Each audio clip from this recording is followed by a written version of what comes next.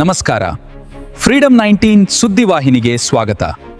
ಇಂದಿನ ಮುಖ್ಯ ಸುದ್ದಿಗಳತ್ತ ಗಮನ ಹರಿಸೋಣ.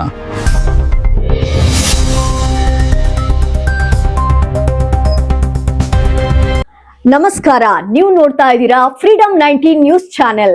ನಿಖರ ಮತ್ತು ಪರಿಶೀಲಿತ ನಿರಂತರ ಸುದ್ದಿಗಳನ್ನ ಜವಾಬ್ದಾರಿಯುತವಾಗಿ ತಲುಪಿಸುವಂತ ವಿಶ್ವಾಸಾರ್ಹ ಸುದ್ದಿ ವೇದಿಕೆ ಫ್ರೀಡಂ 19 ನ್ಯೂಸ್ ಚಾನೆಲ್ಗೆ ತಮಗೆಲ್ಲರಿಗೂ ಆತ್ಮೀಯವಾದಂತಹ ಸ್ವಾಗತ. ಬನ್ನಿ ಇವತ್ತಿನ ಸುದ್ದಿಗಳನ್ನ ನೋಡೋಣ.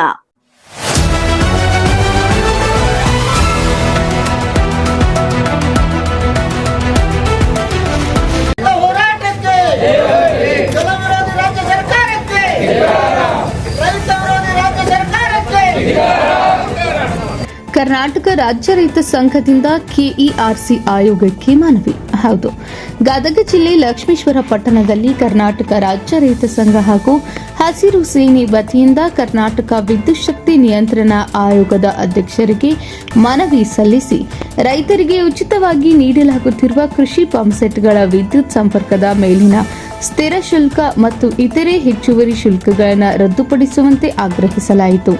ಮನವಿಯಲ್ಲಿ ರಾಜ್ಯ ಸರ್ಕಾರ ರೈತರಿಗೆ ಉಚಿತ ವಿದ್ಯುತ್ ನೀಡುವುದಾಗಿ ಘೋಷಿಸಿದ್ದರೂ ವಿವಿಧ ರೀತಿಯ ಹೆಚ್ಚುವರಿ ಶುಲ್ಕಗಳನ್ನು ವಿಧಿಸುವ ಮೂಲಕ ರೈತರ ಮೇಲೆ ಆರ್ಥಿಕ ಭಾರ ಹಾಕಲಾಗುತ್ತಿದೆ ಎಂದು ಆರೋಪಿಸಲಾಗಿದೆ.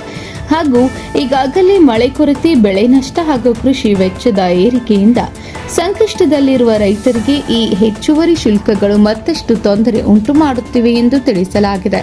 ಆದ್ದರಿಂದ ಕೃಷಿ ಪಂಪ್ಸೆಟ್ಗಳಿಗೆ ವಿಧಿಸಲಾಗುತ್ತಿರುವ ಸ್ಥಿರ ಶುಲ್ಕ ಸೇರಿದಂತೆ ಎಲ್ಲ ಹೆಚ್ಚುವರಿ ಶುಲ್ಕಗಳನ್ನು ತಕ್ಷಣವೇ ರದ್ದುಪಡಿಸಿ ರೈತರಿಗೆ ಸಂಪೂರ್ಣ ಉಚಿತ ವಿದ್ಯುತ್ ಸೌಲಭ್ಯ ಒದಗಿಸುವಂತೆ ಕರ್ನಾಟಕ ವಿದ್ಯುತ್ ಶಕ್ತಿ ನಿಯಂತ್ರಣ ಆಯೋಗಕ್ಕೆ ರೈತ ಮುಖಂಡರ ಮನವಿ ಮಾಡಿದರು. ಈ ಸಂದರ್ಭದಲ್ಲಿ ಕರ್ನಾಟಕ ರಾಜ್ಯ ರೈತ ಸಂಘದ ತಾಲೂಕು ಅಧ್ಯಕ್ಷರಾದ ನಾಗರಾಜ್ ಕಳ್ಳಿಮಠ್ ಮತ್ತು ರೈತ ಸಂಘದ ಪದಾಧಿಕಾರಿಗಳು ಸೇರಿದಂತೆ ನೂರಾರು ರೈತರು ಉಪಸ್ಥಿತರಿದ್ದರು. News report Durgesh M Bairammanavar, freedom 19 news Gadag.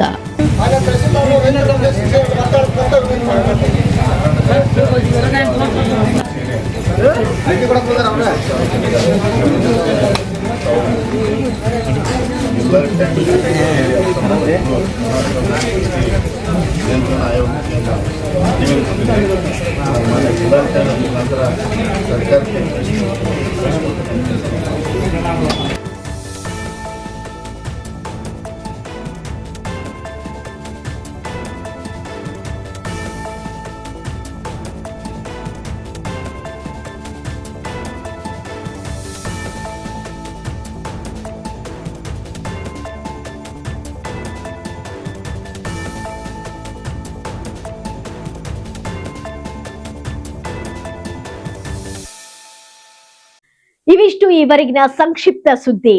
ನೋಡ್ತಾ ಇರಿ ಫ್ರೀಡಂ 19 ನ್ಯೂಸ್ ಚಾನೆಲ್. ಧನ್ಯವಾದಗಳು.